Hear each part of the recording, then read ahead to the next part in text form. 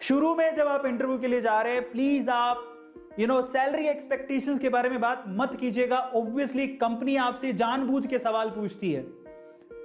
समझ में आ रहा है?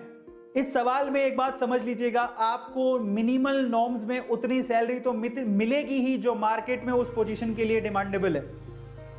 समझ रहे हो? वीडियो एडिटर की मिनिमम सैलरी कितनी होती है? 40-50 हजार, वो तो मिलेगी ही, कंपनी खुद ही दे देती है। आप मुंह से बोल लेंगे, नहीं बोलेंगे, तब भी वो इतना तो देगी ही। और आप बोल देंगे तो आप वहां पर क्या हो जाते हैं, आप ऐसी मेंटेलिटी का अपने आप को शो करते हैं कि आप पैसों के लिए जुड़ रहे हैं कंपनी से। नहीं साहब, हमें ये शो ही नहीं करना। अगर आपको जॉब चाहिए तो आप आंसर याद रख लीजिएगा, आपको ये बोलना है कि सर अभी पैसे मैटर नहीं करते, मैं आपकी कंपनी से जुड़ता हूं, 1 साल में एक वैल्यू क्रिएट करूंगा, तब हम लोग सोच लेंगे। यू डोंट हैव टू से, बिकॉज उनकी सैलरी उनके दिमाग में फिक्स है साहब। समझ में आया किस किस को ये आंसर अच्छा लगा? एक और बात बताता हूं। दूसरा, जरूरी नहीं है कि इंटरव्यू में आपको सारे सवालों के जवाब आते हों साहब। इस दुनिया में कोई ऐसा नहीं है जिसको परफेक्टली सब कुछ आता हो। आप कहीं ना कहीं अटकोगे। लास्ट में जाते जाते आप ये लाइन बोल दीजिएगा।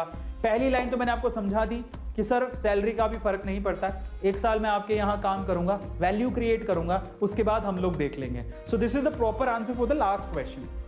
And there is one more question. What is that? क्या क्वेश्चन होगा उसके दिमाग में? कहीं ना कहीं तो आप पूरे इंटरव्यू में कहीं ना कहीं तो अटके होगे ना। लास्ट में ना कोई क्वेश्चन नहीं होगा उसका, आपको उसको एक लाइन बोल के जाना है। क्या बोल के जाना है? कि सर हो सकता है कि इस पूरे इंटरव्यू के दौरान मैं कहीं अटका हूं, या फिर मैं आपको सेटिस्फाई नहीं कर पाया हूं, मे बी। आप बोलिएगा कि सर ऐसा हो सकता है कि मैं आपके किसी सवाल का जवाब ढंग से नहीं दे पाया, लेकिन सर मैं एक बात जरूर जानता हूं कि किसी सवाल का जवाब कैसे ढूंढना है ये मुझे आता है सर। वो बहुत इंपॉर्टेंट है, क्योंकि समझिए कि हर कोई सवाल का जवाब आप नहीं दे सकते हो, लेकिन अगर आपको यह पता है कि उस सवाल का जवाब कैसे ढूंढा जाता है तो किसी न किसी दिन तो ढूंढ ही आएंगे ना। तो ये 2 लाइनें इंटरव्यू क्रैक करवा देंगी आपको, याद रखिएगा।